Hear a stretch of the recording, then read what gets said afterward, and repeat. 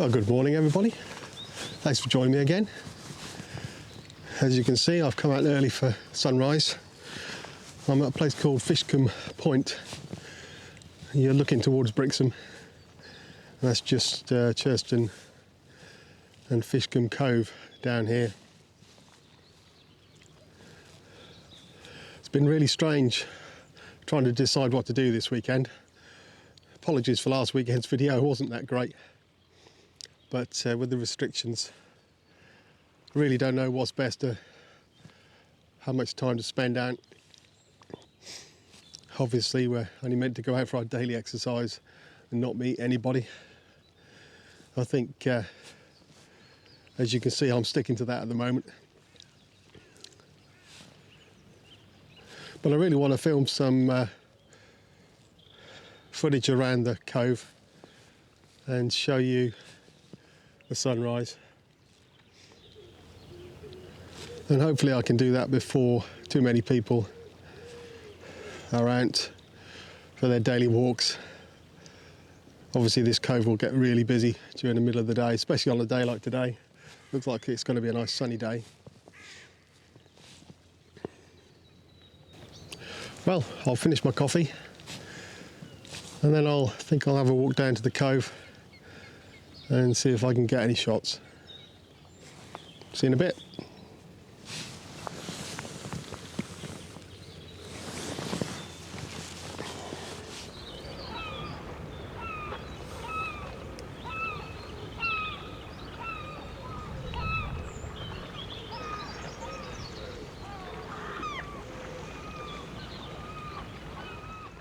As you can see, I'm using my Sony A6300. And I've got a couple of Rode mics. I'm using the Fluffy Cat on the top to record sort of the ambient sound, and then I've got a Rode Wireless Go attached to the side and to myself, so I can switch over to do the vocal bits. And I've already taken a few shots of the sunrise. I've done some exposure bracketing, which I'll show you in a bit, and I've also tried a panorama. Don't know how any of them are going to come out, but if they're any good I'll show you. So when bracketing shots, I always take a photograph of my hand at the start and the end so that I can group the shots together in post-processing.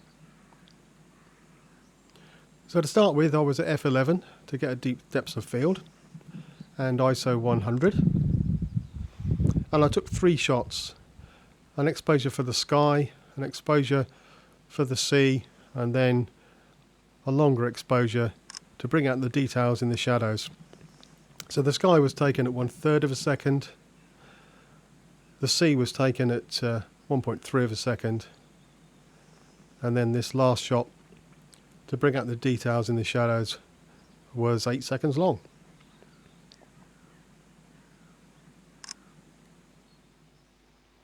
Now this is what the finished shot ended up like. What I did, I used a software program called GIMP to layer the 3 photographs together, and there's loads of YouTube videos you can go and have a look at on how to do that. But it's a free piece of software, and the few shots I have put together using GIMP have been quite good. In the end, I actually preferred this single shot that was taken at f16, half a second, ISO 100. What I did was I exposed for the sky, made sure I didn't blow out the highlights, and then in post-processing I just brought the exposure of the sky down a little bit, given a bit more saturation, and this is what I ended up with.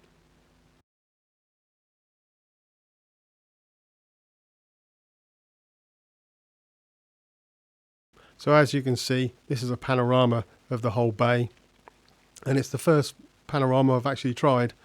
What I did, I took 9 photographs from left to right in portrait mode, overlapping each photograph by about a half, and then I exported the photographs to a piece of software called Hugin, which then stitches them together. Before I exported them, I just made sure that any lens correction had been done and that all of them were straight. And then after they were stitched together, I imported them back into my Capture One software and just finished off the photograph by adding a little bit more saturation and playing around with the highlights and the shadows.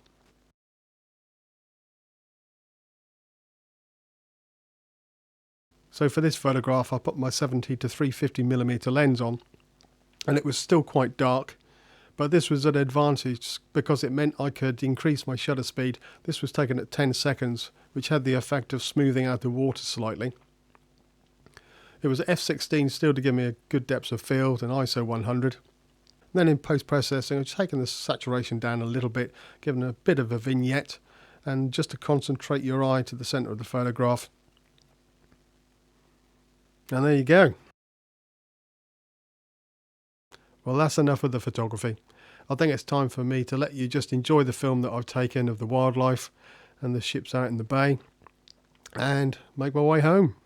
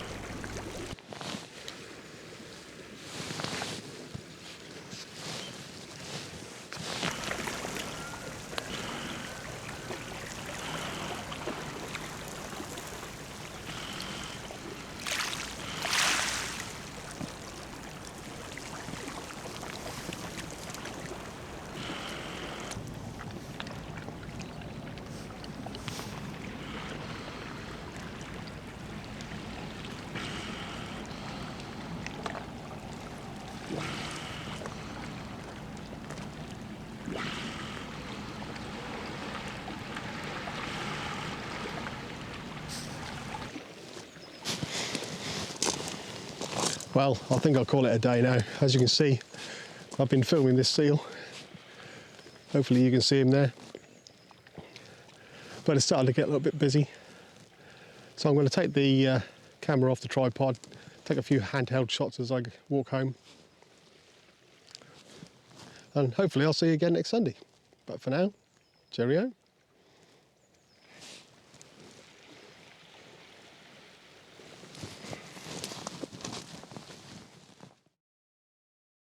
Well, before you switch off, I just have a couple more images to show you. I've walked this footpath from Churston Cove to home many times over the years, but I haven't been here recently. I always notice these steps cut into the rock as you get closer to the cove, so this time I thought I'd stop and take a photograph of it. Now, it's not something I would normally show you, but what I had noticed along the path was the amount of erosion that there has been recently. So I thought I'd explain what I was thinking. So to take a photograph of these steps, I wanted to get a shallow depth of field just to focus in on the steps themselves. So I've got the aperture set on the camera at f1.4, and because I'm hand holding the camera close to the ground, I've got a shutter speed of 1/1000th of a second.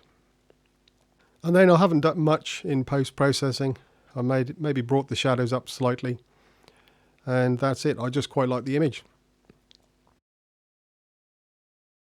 So in this next photograph you can really see the amount of erosion on the footpath and how the roots of the trees have been exposed.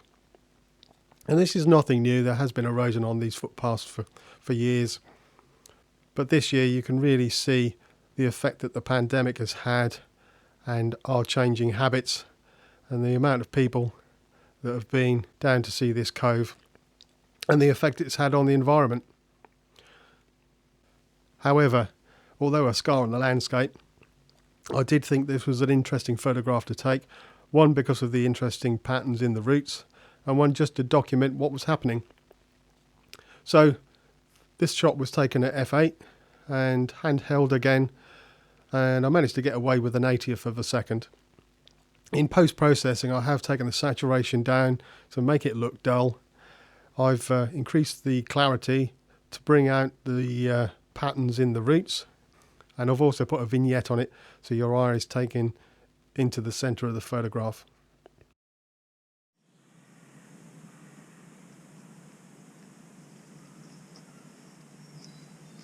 Well, that's enough of me waffling on about the environment. Hope you enjoyed the photographs though, if a little different, but as you can see it's time to draw a halt to the whole proceedings. If you liked the video, don't forget to hit that subscribe button and give me a like. It really will help me grow the channel. I hope to see you all next Sunday, but for now, cheerio.